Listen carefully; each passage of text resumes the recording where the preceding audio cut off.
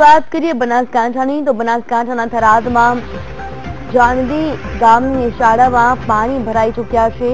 શાળામાં ગળાડૂબ પાણી ભરાતા બાળકો હવે શિક્ષણથી વંચિત રહ્યા છે।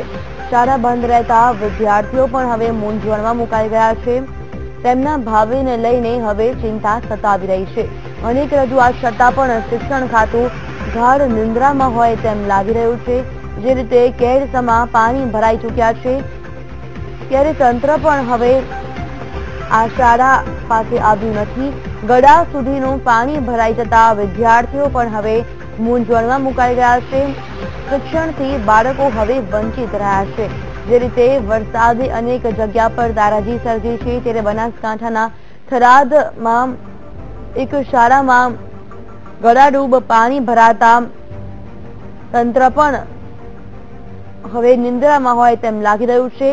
શિક્ષણ ખાતા દ્વારા પણ કોઈ જ પગલાં ભરાયા નથી અને આ પરિસ્થિતિના કારણે હવે બાળકોએ શિક્ષણથી વંચિત રહેવું પડી રહ્યું છે। તેમના ભાવિની ચિંતા હવે તેમના માતા પિતાને સતાવી રહી છે, પરંતુ શિક્ષણ જગતની ઊંઘ હજુ પણ ઉડી ન હોય તેમ લાગી રહ્યું છે। તો જે રીતે બનાસકાંઠાના એક્સક્લુઝિવ દ્રશ્યો આપ વીટીવીની સ્ક્રીન પર જોઈ શકો છો।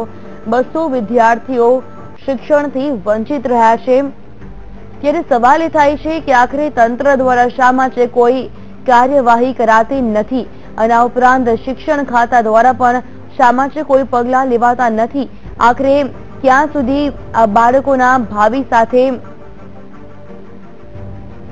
ખેલ ખેલાતો રહેશે। મહત્વનું છે કે જે રીતે આ તમામ 200 વિદ્યાર્થીઓ શિક્ષણથી વંચિત રહ્યા છે ત્યારે રાબેતા મુજબ ક્યારે આ વિદ્યાર્થીઓ ભણવાની શરૂઆત કરશે તે એક સવાલ થઈ રહ્યો છે। કારણ કે આ શાળામાં જ્યાં જુઓ ત્યાં પાણી જ પાણી છે। ગળાડૂબ પાણી ભરાઈ જતા લોકો હવે મૂંઝવણમાં મુકાઈ ચૂક્યા છે। શિક્ષણ તંત્ર પણ હવે શા માટે કોઈ પગલાં ભરતું નથી તે પણ હવે એક પ્રશ્ન બની ગયો છે।